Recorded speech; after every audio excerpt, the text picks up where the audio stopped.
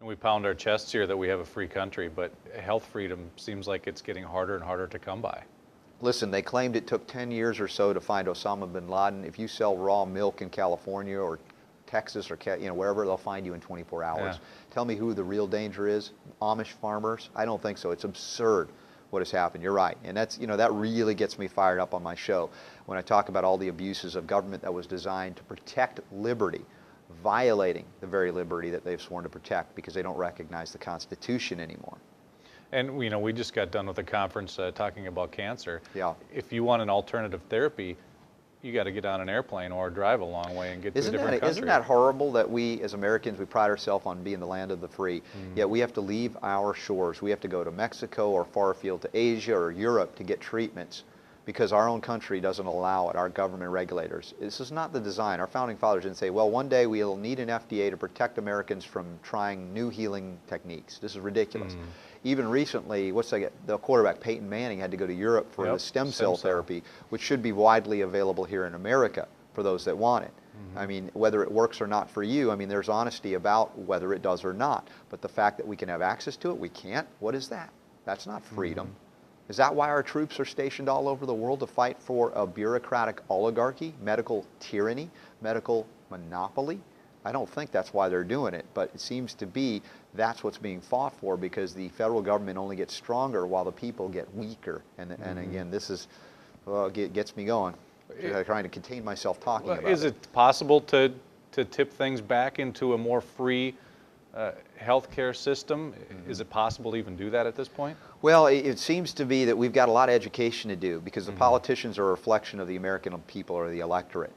And there are not many Ron Pauls to go around. It's growing. Dr. Ron Paul, Congressman Paul, I've interviewed on my radio show many times, and as a physician, he stood up for my freedom as a homeopath to do what I do, and I stand with him in regards to restoring health freedom, and that is access to all of these things. We've got to roll back the FDA. Now, for those that think, oh, it's a Republican thing or a Democrat thing, no, it's both of them. Both of the administrations, whether it be Republican or Democrat, have done this. And now we need to kind of come back to the people and say, we don't need this, we don't want this. Now, it may come to the 10th Amendment to the Constitution. This is the one where if it's not specifically or expressly delegated power to the federal government, it's reserved to the states and to the people, respectively.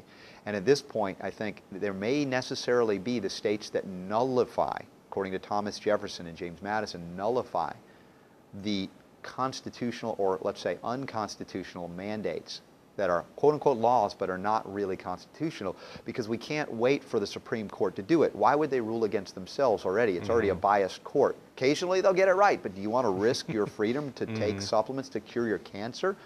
Or do the states now and the people say, enough of this, throw them out?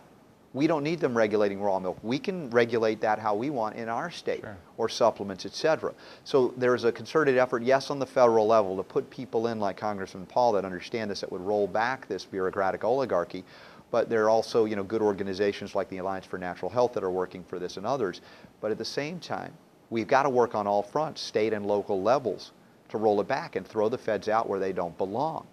And this is going to be, I don't want a bloody revolution, but my goodness, when you start telling people, there are parents that, moms that can't breastfeed for whatever reason, and so they look to raw goat milk, which is very close in structure to human milk. And yet that raid on Rawsome Foods, which I covered, recently on the show, where they basically wiped out access to these things for these parents. I mean, they're literally taking food out of the mouths of babies. That's the role of the federal government? Could not we as parents, as adults, decide, working with farmers locally, what we perceive to be the best? Do we need a nanny state to protect us from ourselves? We have to decide what kind of government we want, what kind of country we want. If we want a nanny state, then no, we're done for. If we recognize that we're better off caring for ourselves and each other without that intrusion, talk about interventionism, foreign and domestic interventionism, we have to decide what kind of government we want. That's what we're looking at right now, and it's a very dangerous time. It's an interesting example you bring up. There was an example maybe a year or two ago in Minnesota. Parents of a child that had cancer did not want to go the chemotherapy route and ended up fleeing the state. They were vilified in the media. They were hunted down by officials, brought back to I remember that story. Minnesota, where they started the boy on chemotherapy. But even throughout the media, these parents were terrible. Yeah, you know, they were that vilified was for that. Yeah. Another case out of Virginia that I covered, who had a form of lymphoma, and they, tried to. Well, he actually went through a round of traditional oncology and decided it was making him so sick he couldn't survive another one. And so he and his parents researched, and he was a young teenager. And he said, "Mom and Dad, I don't want this." And they supported him, and they said, "All right, let's go to natural medicines." And so the doctor ratted them out, and the state intervened, and Child Protective Services came in and said, "No, no, no, you can't do that." Big thing about same scenario. They went back to the judge. There was a real outcry. Even people that are big pharma supporters were really outraged by what happened because they realized this was an overstep and an overreach. Now, they eventually, the judge said, okay, you can go to a doctor, but it has to be monitored by another doctor, whatever. And so he went his alternative route, and he's alive and well today, thankfully.